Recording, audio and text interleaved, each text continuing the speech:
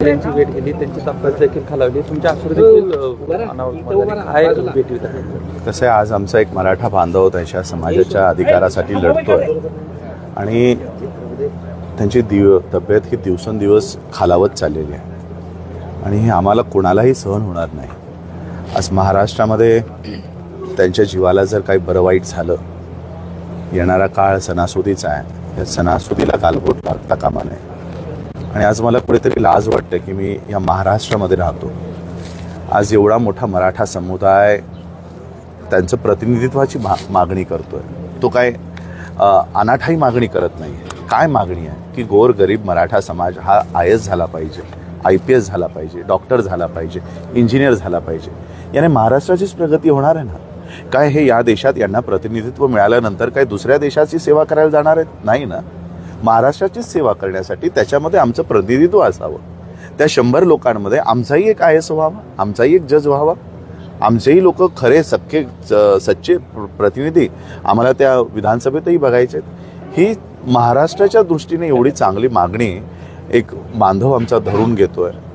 महाराष्ट्राने एका रात्रीत त्याने एअरपोर्ट द्यायचे असतील, रेल्वे द्यायचे असतील, कसलेही टेंडर न काढता त्यांनी अडाणी आणि अंबानीला दिलेले आहेत. एवढे मोठे मोठे निर्णय घेतलेत आणि एक मराठा समुदायाला आरक्षण मिळवण्यासाठी वर्ष झालंय तरी ते कितपत ठेवलेलं आहे.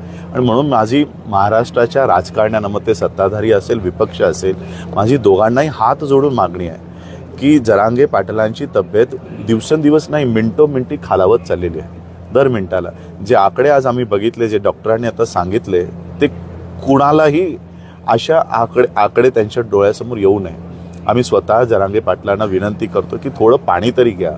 तुमचं आयुष्य, तुमचं जीवन आज खूप मोठं आहे. एक म्हण आहे मराठीमध्ये की लाख मरो पण लाखांचा पोशिंदा न मरो.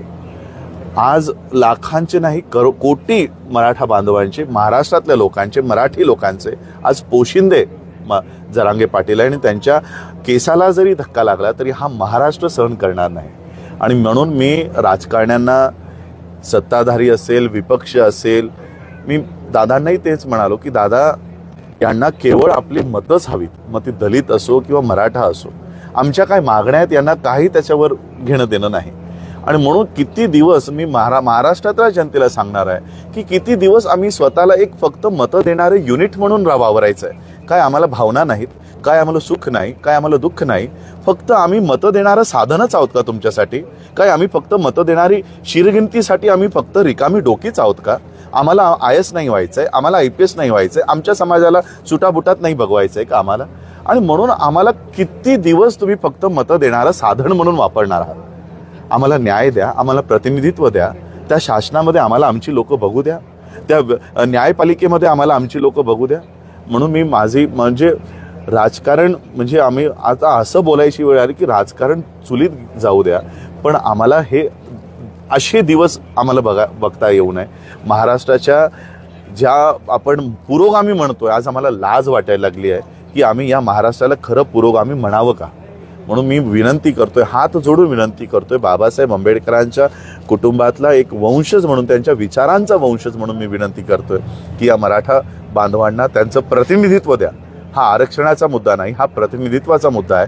त्यांचेही लोक, त्यांचेही प्रगती होऊ द्या, एवढीच मी आज विनंती करतो. शासनाला, प्रशासनाला, सगळ्यांना मी हात जोडून विनंती करतो आणि एक इन्स्ट्रक्शनही देतोय, एक सूचनाही देतोय की जरांगे पाटलांच्या केसालाही जरी धक्का लागला तर येणाऱ्या काळात, मग तो सत्ताधारी असो का विपक्ष असो, हा रस्त्यावर प्रचाराला पण उतरता कामा नये अशी परिस्थिती आम्ही महाराष्ट्रात उभी करू.